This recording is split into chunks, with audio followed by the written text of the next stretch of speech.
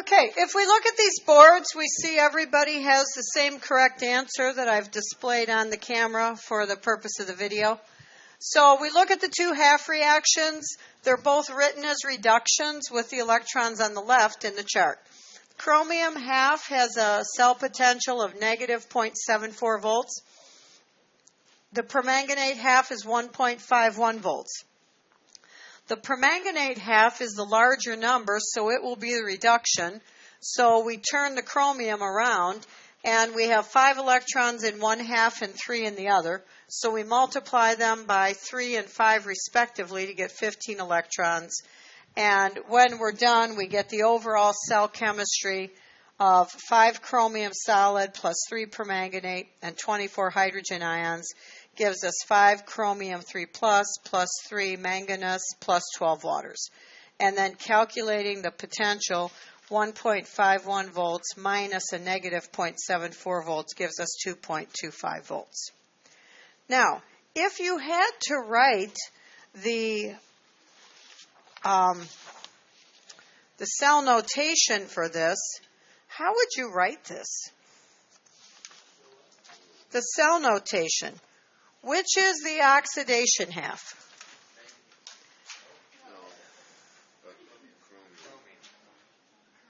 The chromium's the oxidation half? Yes. The chromium, well, they're both gaining electrons written here, but we turn the chromium around, right? So that chromium solid is losing electrons. So the chromium is the oxidation half. And when we write the cell notation, we write the oxidation half, the anode first. So what would I write here? Cr solid, line. Cr3 plus aqueous.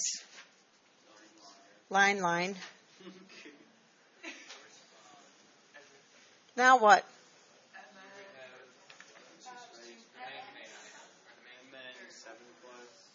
7 plus.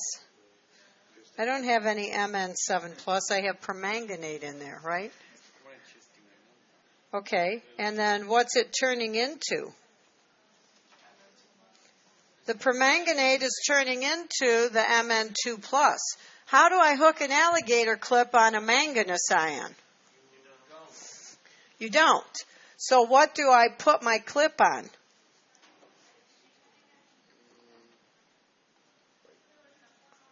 Platinum. Okay, so you would write what is the product there, which is the Mn2 plus, and then we put the platinum solid, because you can't hook that alligator clip to an ion. So it's a little weird when you have those things that are not making a metal.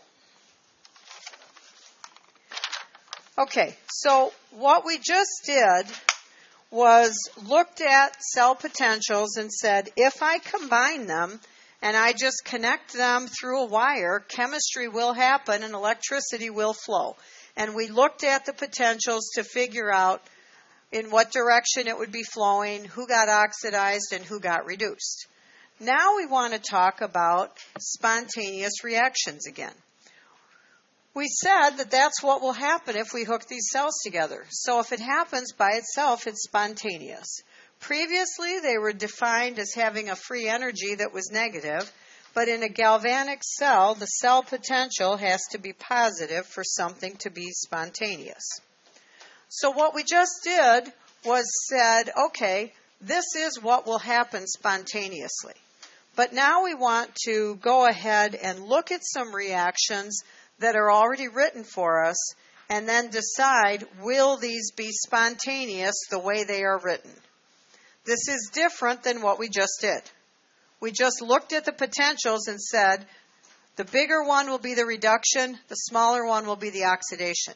Now we're going to look at the equation, decide the way it's written, which is reduction and which is oxidation. Then we are going to calculate the potential, the reduction half minus the oxidation half, and it may or may not be that the bigger one is the reduction half. And if that's the case, it won't be spontaneous. Okay, so let's look at this. We have this equation. Bromine plus chlorine plus 2 waters gives us bromide plus hypochlorite plus hydrogen ions. So if we look at this the way it's written, we first have to decide what's getting reduced and what's getting oxidized. So we can look at this and try and pull out the half reactions. So I can easily pull out bromine goes to bromide. Now to get there, it needs 2 electrons. So if the 2 electrons are on the left, what's going on with the bromine? Is it oxidized or reduced?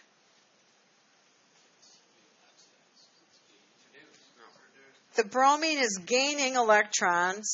Reduction is gain, right? Leo Ger, gain of electrons, reduction. So this is being reduced. That's the reduction half. Now, if the bromine is the reduction half, the chlorine has to be the oxidation half. In this one, it's not so obvious to see that. But if we split this out, chlorine gas plus water, we need the 2 waters in there, yields 2 hypochlorous acid plus 2 hydrogen ions. So we need 2 electrons on the right-hand side to balance that equation. So the electrons are a product, which means it's a loss of electrons, so this is the oxidation half. So the standard cell potential is always equal to the reduction potential minus the oxidation potential. The way this is written, we have to take the bromine, because that's the reduction, minus the chlorine, because that's how this is written. And it may not be spontaneous. So now we grab our chart and we go look for these 2 half reactions in the chart. And the bromine standard cell potential is 1.07 volts, and the chlorine is 1.63 volts when I look them up in the chart.